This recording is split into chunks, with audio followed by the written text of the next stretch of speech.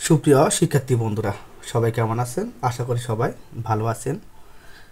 প্রতিদিনের মতো আজকেও আপনাদেরকে নতুন এক টপিকে স্বাগত।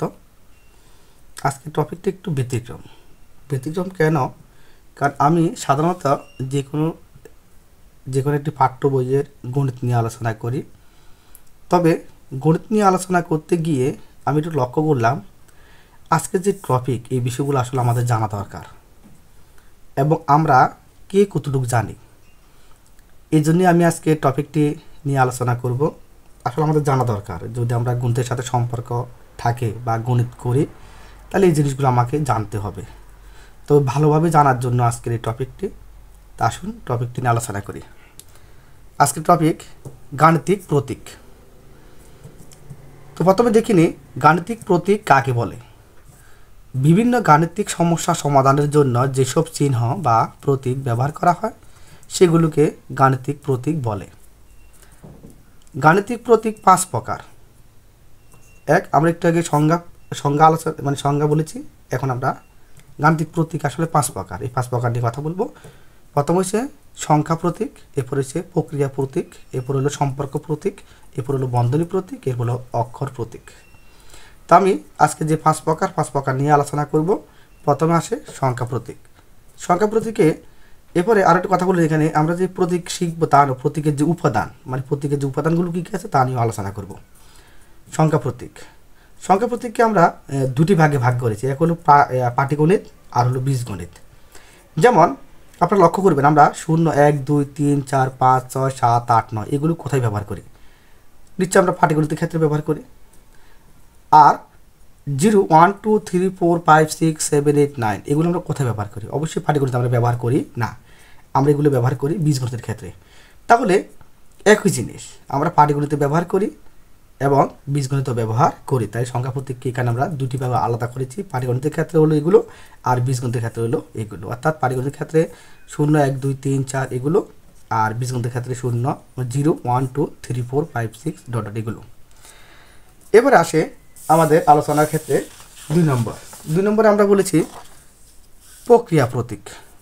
এখন প্রক্রিয়া প্রতীক কি, তাও আবার আমরা দুই ভাগে আলাদা করেছি। এক হলো পাটিগণিতের ক্ষেত্রে আর হলো বীজগণিতের ক্ষেত্রে।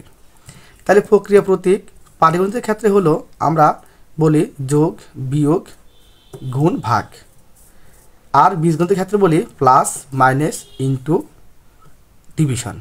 আবার ইন্টুর আর দুটি নাম আছে, মাল্টিপ্লিকেশনও বলে, আবার ডটও বলে। এখন লক্ষ্য করেন, পাটিগণিতে আমরা যাকে যোগ বলি, বীজগণিতে আমরা তাকে প্লাস বলি। পাটিগণিতে আমরা তাকে বিয়োগ বলি, বীজগণিতে আমরা তাকে মাইনাস বলি। পাটিগণিতে আমরা তাকে গুণ বলি, বীজগণিতে আমরা তাকে মাল্টিপ্লিকেশন, ডট অথবা ইন্টু বলি। পাটিগণিতে আমরা তাকে ভাগ বলি, বীজগণিতে আমরা তাকে ডিভিশন বলি। তাহলে জিনিসগুলো একই, শুধু আমরা পাটিগণিতে একরকম ব্যবহার করি এবং বীজগণিতে একরকম ব্যবহার করি। আশা করি সবাই প্রক্রিয়া চিহ্নগুলো বা প্রক্রিয়া প্রতীকগুলো বুঝতে পেরেছেন। এরপর 3 আসে সম্পর্ক প্রতীক। সম্পর্ক প্রতীকগুলো হলো বড়, ছোট, সমান, সমান নয়, ছোট অথবা সমান, বড় অথবা সমান। এখন এগুলো সম্পর্ক প্রতীক। এখানে 6টি কথা বলা হয়েছে, এই 6টি নিয়ে কথা বলেছি। এরপরে হলো বন্ধনী প্রতীক। তো বন্ধনী প্রতীকগুলো সম্পর্কে আমরা খুব ভালো জানি, কারণ আমরা বেশি এগুলো ব্যবহৃত হয়। এই জন্য এখানে প্রক্রিয়া প্রতীক আর বন্ধনী প্রতীকগুলো আমরা পরিচিতই বেশি। যেমন প্রথম বন্ধনী, দ্বিতীয় বন্ধনী, তৃতীয় বন্ধনী, এগুলো আমরা বন্ধনী প্রতীক হিসাবে ব্যবহার করি। সর্বশেষ হলো অক্ষর প্রতীক। এখন অক্ষর প্রতীকের ক্ষেত্র আমরা দুটি ভাগে ভাগ করেছি। এক হলো পাটিগণিতের ক্ষেত্রে এবং বীজগণিতের ক্ষেত্রে। আমরা পাটিগণিতে আমাদের যে ব্যঞ্জন যে বর্ণমালাগুলো আছে তা আমরা ব্যবহার করি। ক, খ, গ, ঙ, ডট এগুলো আমরা কী করি? ব্যবহার করি। কিন্তু বীজগণিতের ক্ষেত্রে আমরা ABC অর্থাৎ অ্যালফাবেট যে আছে ABCD এগুলো ব্যবহার করি। তবে তা আমরা ক্যাপিটাল লেটার ব্যবহার করি, আবার স্মল লেটার হিসেবে ব্যবহার করি। আশা করি সবাই যে অক্ষর প্রতীক বুঝতে পেরেছেন। অক্ষর প্রতীক তাহলে আমরা পাটিগণিত এবং বীজগণিত দুই ভাগে ব্যবহার করি, তাহলে বাংলা বর্ণমালা এবং ইংরেজি বর্ণমালা। তাহলে আজকে যে আলোচনা যে গাণিতিক প্রতীক, আশা করি সবাই বুঝতে পেরেছেন। এরপর যদি কারো কোনো সমস্যা থাকে বোঝার নিয়ে, আমাকে প্রশ্ন করলে অথবা কমেন্টস করলে আমি তার উত্তর দিয়ে দেব এবং বুঝতে দেওয়ার চেষ্টা করব। আশা করি সবাই বুঝতে পেরেছেন। ধন্যবাদ সবাইকে।